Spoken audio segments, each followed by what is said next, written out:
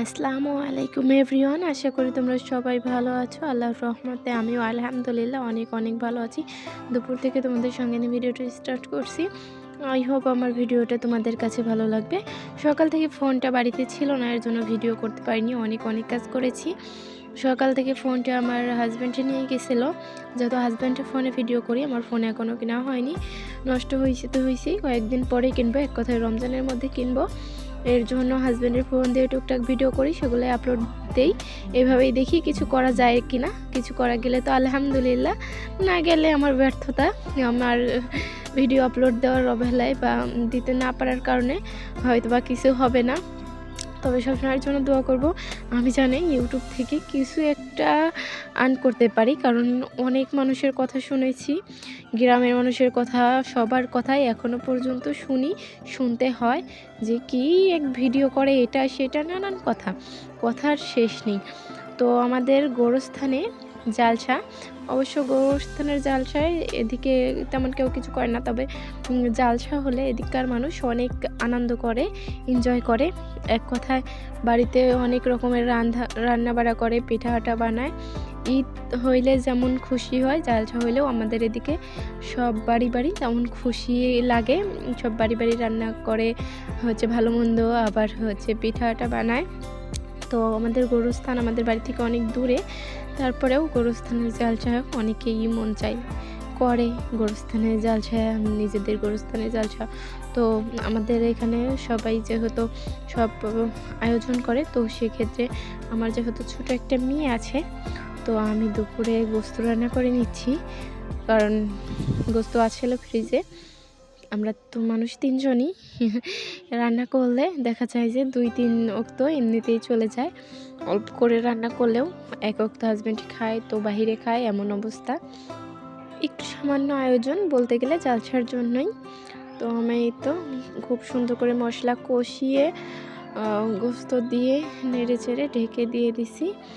এখন আবার খুব ভালো করে কষিয়ে কাঁচামরিচ ফালটা করে দিয়ে নেড়ে ঝোল দিয়ে দিব।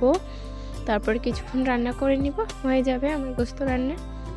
আর 2 দিন ধরে একটু বাজারে যাইতে চাচ্ছিলাম মেয়ের জামা কাপড় কেনার জন্য, কিন্তু হাজব্যান্ড কিছুতেই সময় করে উঠতে পারতেছে না।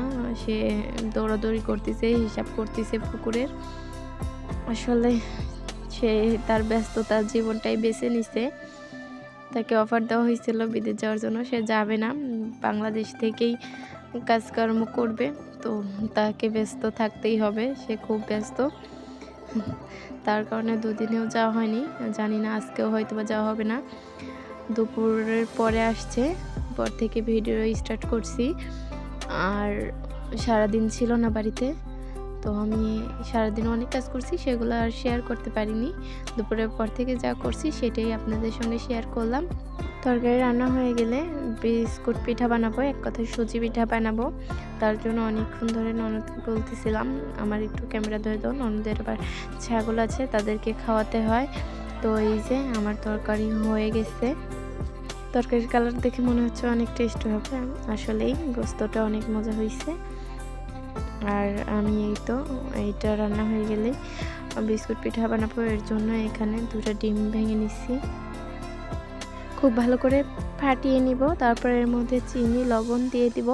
চিনি লবণ দিয়ে চিনিটা গলা পর্যন্ত খুব সুন্দর করে ফাটাবো। আমার ননদ চিনি ঢেলে দিচ্ছে আর সেই ক্যামেরাটা করতেছে, ফোনটা খুব পরিমাণে লড়াচ্ছে, এটা একটু স্কিপ করবেন। আর খুব ভালো করে বলতে চিনি গলা পর্যন্ত ডিমটাকে ফাটিয়ে নেব, যাতে করে চিনিটা ফেটে যায়। আর এরপরে এর মধ্যে দিয়ে দেব সুজি। তো এখন এখানে দিয়ে দেব সুজি ঢেলে দিচ্ছে। সুজি অল্প করে মাখিয়ে নিব, যে কতখানি লাগবে সেটা। আর আমি আগে থেকেই মাপ দিয়ে নিছি, সুজি বয়মের যতখানি আছে সবটুকু লাগবে। তো ধীরে অল্প করে আগে মাখিয়ে নিব।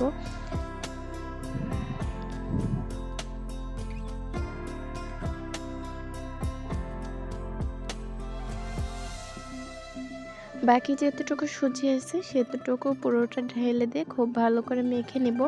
মাখা হয়ে গেলে এর মধ্যে দুধ ঢেলে দিব। কারণ একটু পাতলা করতে হবে, বেশি ঘন হয়ে গেছে। দুধ অপশনাল, না দিলেও চলবে। তো আমি পানির পরিবর্তে দুধটাই ইউজ করতেছি। পরে নরম হয়ে গেছে দেখে আবার একটু সুজি ইউজ করছি। আমার প্রিয় আপু এবং ভাইয়ারা, আমার ভিডিওর কোথাও কোনো অংশ যদি একটু ভালো লেগে থাকে তাহলে অবশ্যই লাইক, কমেন্ট, শেয়ার এবং সাবস্ক্রাইব করে আমার ফ্যামিলির সদস্য হয়ে যাবা।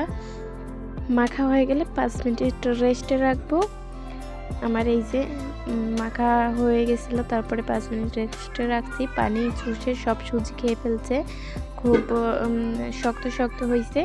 এরকম যদি শক্ত শক্তই বানাই তাহলে একদম বিস্কুটের মতো শক্ত হবে।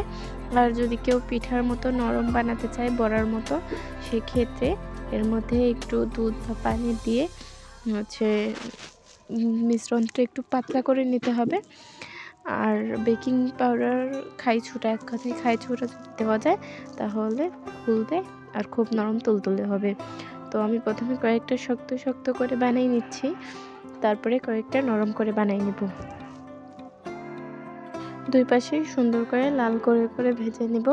ভেজে নেওয়ার পরে দেখাবো কেমন দেখা যাচ্ছে।